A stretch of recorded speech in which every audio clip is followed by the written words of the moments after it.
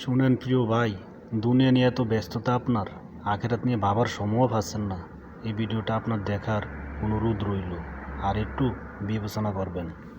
আসসালামু আলাইকুম সম্মানিত দর্শক, আপনারা সবাই কেমন আছেন? আমি আল্লাহ পাকের রহমতে ভালো আছি। দেখেন, আমরা জীবনকে নিয়ে কত পরিকল্পনা করি, কত টেনশন করি। দেখেন, একটা মানুষের জীবনে কিন্তু একটা সেকেন্ডেরও ভরসা নেই।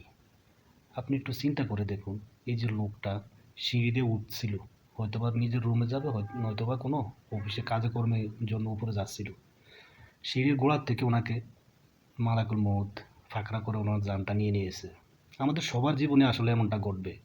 যেহেতু আমরা জীবন নিয়ে এসেছি, আমরা কিন্তু আল্লাহটাকে সাড়া দিতেই হবে, কোনো প্রকারে কোনো সাড়া যাবে না। আমরা আসলে কয়জনই জিনিসটা চিন্তা করি যে এই পৃথিবীতে আসার সিরিয়াল আছে, যাওয়ার কিন্তু সিরিয়াল নেই। দাদার আগে নাতি চলে যায়, নাতির আগে ফুত চলে যায়, বাবার আগে ফুত চলে যায়। এটাই নিয়ম। আসার সিরিয়াল আছে, যাওয়ার সিরিয়াল নেই। কিন্তু আমাদের এই পৃথিবীতে, এই দুনিয়াতে আমরা নিজের জীবন নিয়ে কত না টেনশন, কত না পরিকল্পনা করি। আসলে আমাদেরকে মহান সৃষ্টিকর্তা এই দুনিয়াতে পাঠিয়েছে কিছু পরীক্ষা নেওয়ার জন্য। আমরা কিন্তু ওইদিকে নজরই করি না, আমাদের ওইদিকে কোনো ধ্যান খেলে নেই। আমরা দুনিয়া নিয়ে পড়ে আছি, সব সময় খালি এটাই ভাবি যে কার ক্ষতি করা যাবে, কার হক নষ্ট করা যাবে, কার থেকে বিভিন্ন কায়দায় ধান্দা করে নিয়ে আসা যাবে। আরে ভাই, এই দুনিয়ার থাকার জায়গা না।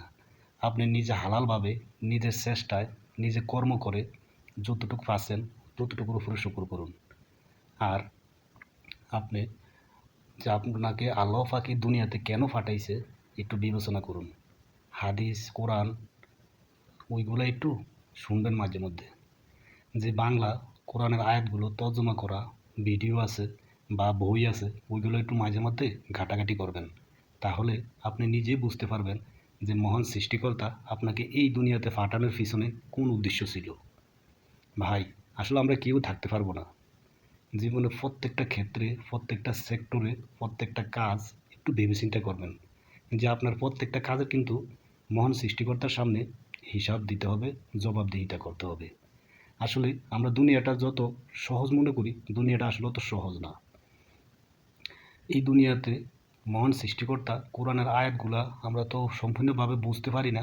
বাংলা তর্জমাগুলো শুনলে মনে হয়, বোঝা যাচ্ছে যে মহান সৃষ্টিকর্তা আমাদেরকে পরীক্ষার জন্য এই দুনিয়াতে পাঠাইছেন। ওনার উদ্দেশ্য এটাই ছিল, অন্য কোনো উদ্দেশ্য নেই। আমরা এই দুনিয়াতে কি করেছি এগুলো সম্পূর্ণ কিছু ফেরেশতাদের মাধ্যমে রেকর্ড করতেছে, এবং কাল হাসরের দিন ওই আমাদের পুরো জিন্দেগির সমস্ত কৃতিকর্মগুলো আমাদের সামনে কিন্তু ভিডিও রূপে তুলে ধরা হবে। ছোট থেকে বড়, বড় থেকে ছোট, যা করেছি জীবনে সব কিছু আমাদের চোখের সামনে তুলে ধরা হবে। ওই সময় আমাদের মিথ্যা বলার কোনো সুযোগ থাকবে না, কারণ আমাদের মুখটা মহান সৃষ্টিকর্তা বন্ধ করে দিবে, আমাদের হাত পা ও শরীরের অঙ্গ প্রত্যঙ্গ সাক্ষী দিবে। আপনি কি মনে করছেন ব্যাপারটা এত সহজ? এত সহজ না। আসলে আমি কোনো মাওলানা না, তাই আমি সব পূর্ণ কথাগুলো গুছিয়ে বলা আমার পক্ষে সম্ভব হয়নি।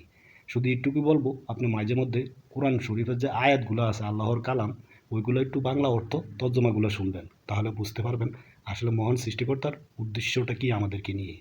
সবাই ভালো থাকবেন, সুস্থ থাকবেন। আল্লাহ হাফেজ।